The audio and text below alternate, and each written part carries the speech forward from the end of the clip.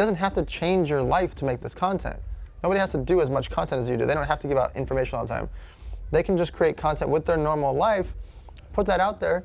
People want to follow it. This is Entrepreneurs the Playbook, where I give you access each week to the world's greatest athletes and executives about their personal and professional playbook and what has made them champions on and off the field. This is the Playbook. David Meltzer with Entrepreneur the Playbook, and I have one of my first mentees, now he's my mentor, Dan Fleyshman. Pleasure to be here. Super entrepreneur. He has his own elevator pitch night. He has multiple businesses. Most people, though, don't know you're the youngest guy that I know to take a company public. Yeah. How old were you? 23 years old.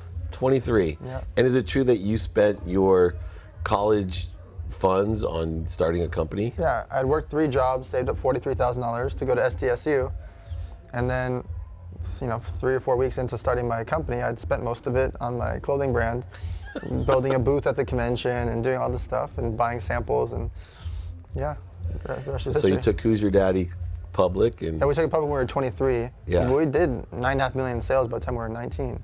So it was like a real business before raising the money. There's a reason to take it public. Yeah. The reason was to take it public was to go launch the energy drink. What was the biggest lesson? And being so young, there's no way you had a lot of situational knowledge. You had grit, you had persistence. But what was the number one lesson looking back that you learned about having a successful business at such a young age? It was just communication. I wish I was more blunt with people.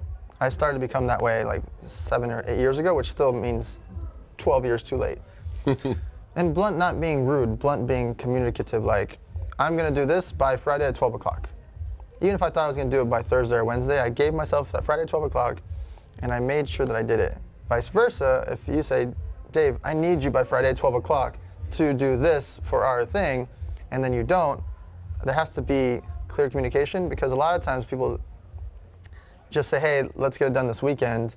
There's nothing clear.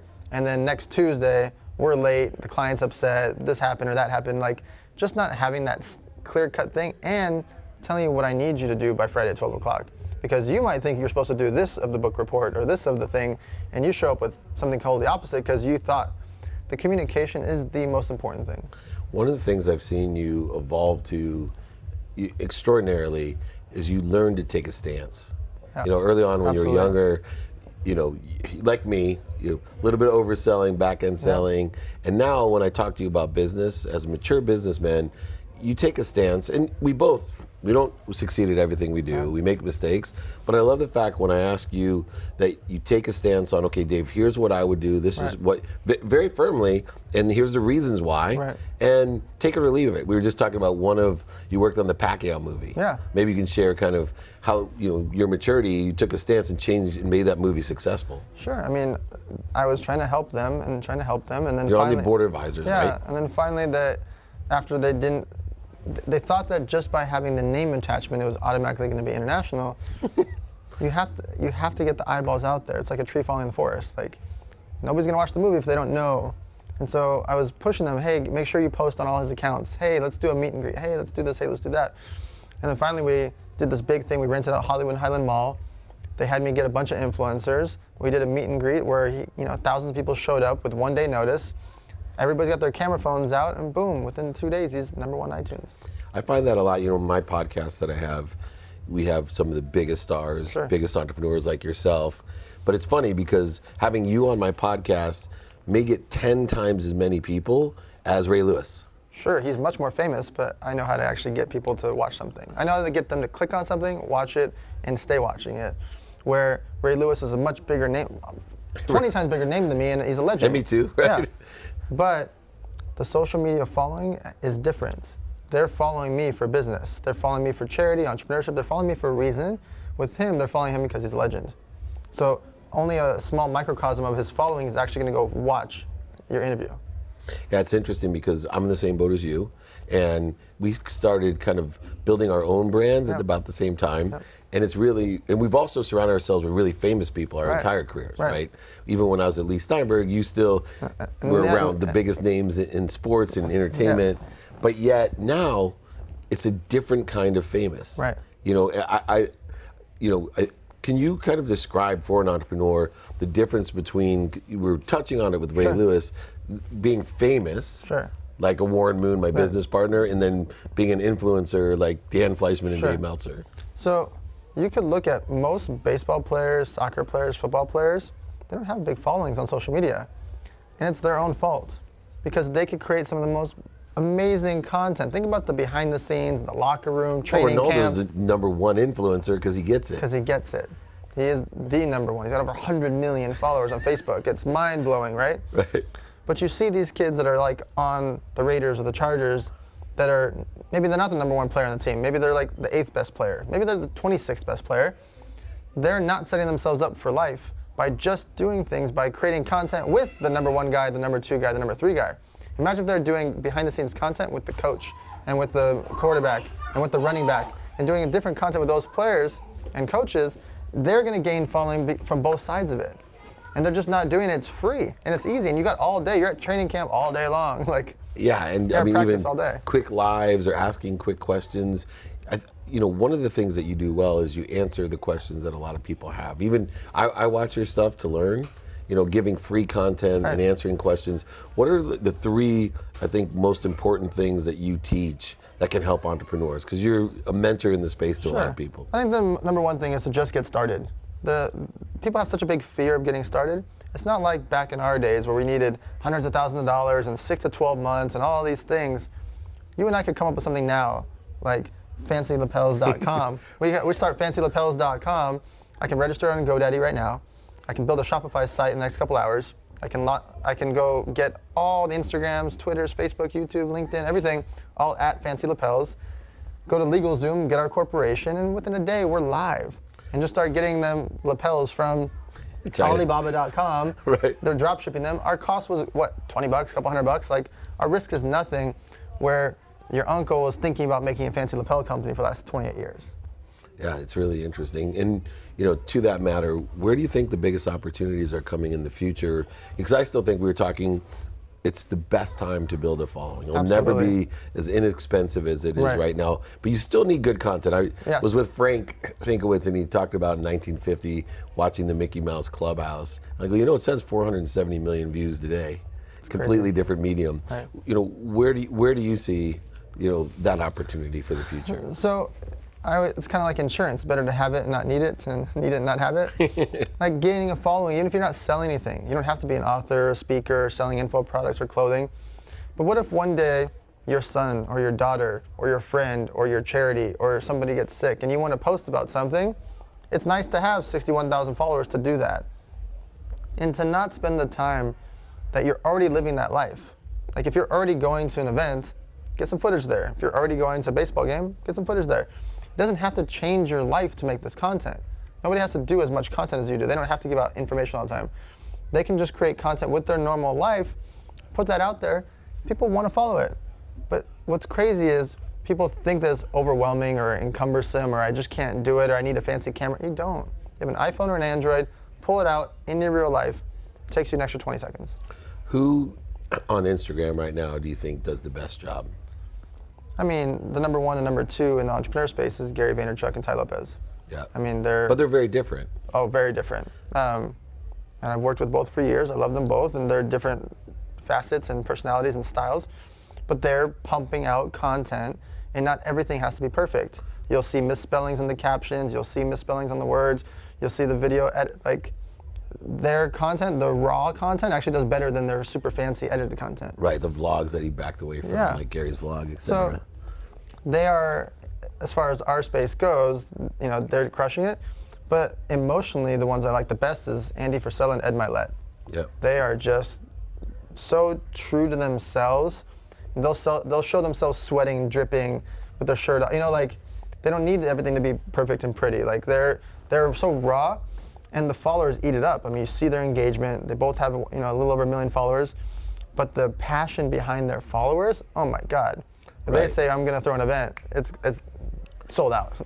That's where, Tom Bilyeu, Ed Milet, working with those two guys. One of the things that I learned was I want an audience that'll rise for me. I don't want fake followers. No. I don't want to put out, also finding my own frequency, not being in the middle of the road, just being myself. Right. Because there's, in my space, there's no one like me on Instagram. I'm older.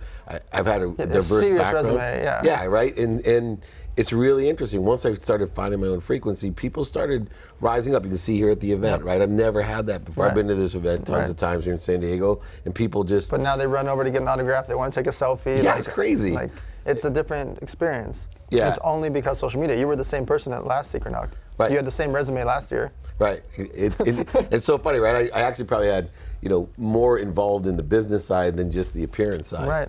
And now for you too, right? I'm watching your following growing, and you've always been, like me, the guy behind the scenes. Right. I was never doing those things because I was so focused helping make everybody else famous and spend all of our clients' money for them that finally I hired a CEO last year. It was way too high level for me. I didn't need such a high level CEO, and it allowed me to travel. And that's why you've seen that shift, because before, I was just living and breathing inside of my offices. I couldn't even consider or care less about being in front of the camera or speaking at all these events. Now that I have a CEO that I trust, that's so impressive, it's allowed me to speak at 100 or 200 events these last year, and it's allowed me to elevate the following. But you also still are involved with, elevator nights. Yeah, we've thrown our own. We've thrown 32 business events for free. Which is awesome, right? No sponsors, I try to make them. I try to make them and try One to day, do. on event number 67, you'll probably be there. Be back again. Yeah. I think I was in one of the first ones. It was years ago. Oh, in San Diego, yeah. Yeah. And we did one in LA too. But what's crazy is now, back to the social media part.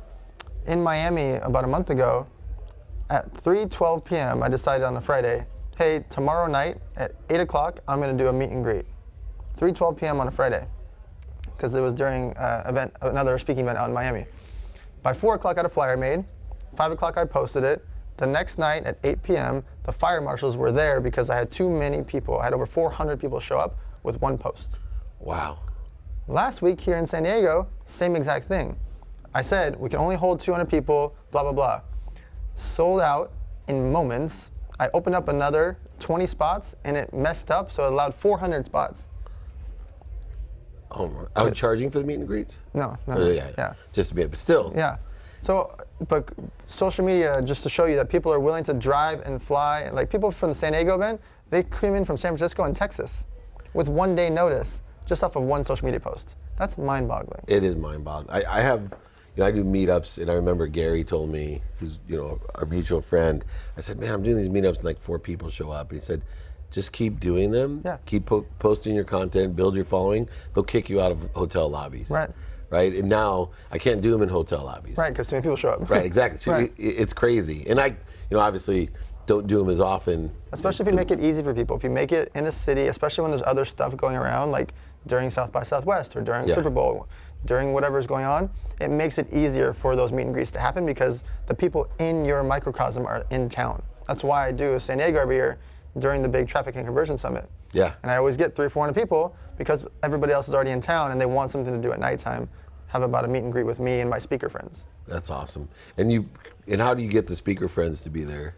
I just ask. Just ask them, because they all want the following, and they leverage it. My last events, the speaker lineups blow away the paid ones. I mean, I'm talking about like, holy crap! I was so surprised. Like, this guy does 200 million, this guy does 80 million, this guy does 400 million, and they're all just showing up. Dean, Ed, everybody, Grant. I mean, you've had the biggest names. All these guys just show up for me, and it's like, it's mind-boggling. It's so funny because I don't, especially coming up to LA, and your reputation is one that when you ask, it's like if I'm in town. Yeah. The only thing I never can make is your birthday. That's because it's my anniversary. Yeah.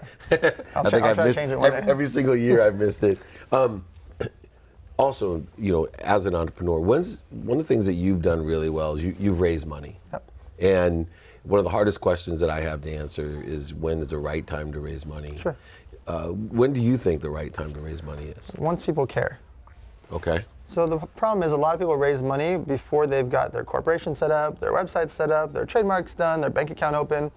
I got some people asking me to invest $100K or $1 million in a company. They don't even have a bank account.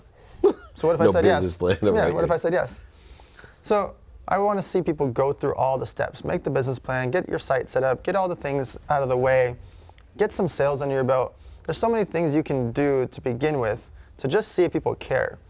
If you now went and got $1,000 in sales, just $1,000 in sales, compared to zero, my comfortability factor It doesn't go from 0 to 1. It goes from 0 to 80.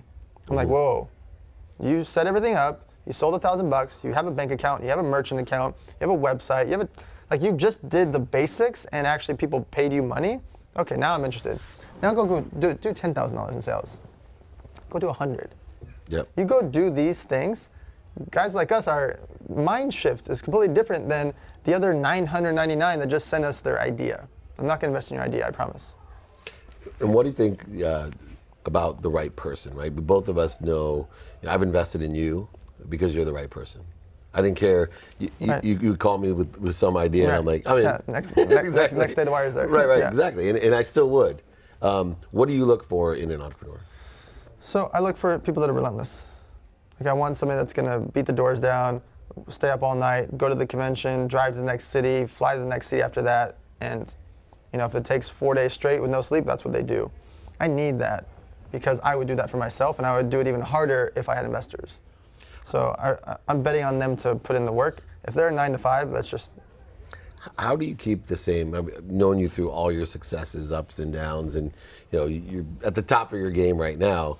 But how do you keep that same, 19? I knew you when you were 19. Yep. How do you keep that same attitude? The kid that like walked from top to the bottom of At the stadiums? Of the stadiums, yeah, right. I mean, and you do. Like it's. I talked to say, hey, I want to get together for this. You're like, all right, let's meet early. Right. I got to go out to Vegas by noon. Sure. But then I'm not like that too. But how do you stay that way? It's just ego. People have such big egos, and I just don't care. Like I'm willing to do the work because I know what it's like to not have money, and I know what it's like to not have so much opportunity and access. And so now that I have access to all these things, like, one, I don't want to lose it. Two, I appreciate it so much. I have so much gratitude for it, which is what you talk about all the time. Like, so like somebody wants me to work and stay up till 2 a.m. I don't need to.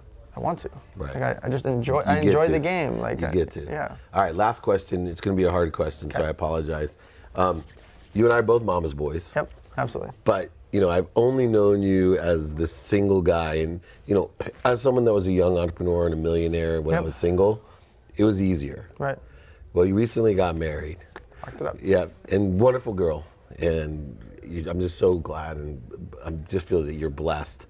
But how as an entrepreneur now has your perspective changed that you're married? Yeah. Because it's a whole different world. I'm actually working harder. I'm spending less time at home, which is frustrating because I'm working so much harder so that I can have the exit. Because when I have children, I want that first, 3 to 5 years to be I'm there. Like I'll be okay jumping back in the game. I know personality-wise, When I'll they're jump back in. teenagers, you'll jump back in. Yeah, Trust exactly. me, I got 3 of them. Yeah. They don't even know where I am right now. But I really want to be obsessed for that first half a decade. Like I want to be obsessed. Yeah. I want to be that dad that's like, like you were with your business. Yeah. And you'll be a great dad for that. So I'm working my butt off right now, extra. I'm investing in a lot more companies. I'm setting up a lot more joint ventures and partnerships and because I'm setting up for that time when I'm not going to disappear, but I'm going to make everybody come to me. I'm not doing the traveling anymore. And your newlywed wife is aligned with that because you communicated it to her, or she's... If I travel for more than 2 days, she comes with me. Yep, that's what I do. And I talk to her and text with her and call her all day long. It's just in between everything. And at any time she needs anything, ever, I'll literally drop Bill Gates and Elon Musk. I couldn't care less. Like if she wants something, I'll walk out on them. And people respect that.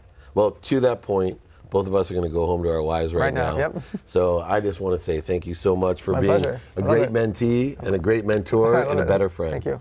Thank you. Dan Fleyshman, one of the originals. Dave Meltzer with Entrepreneur, The Playbook.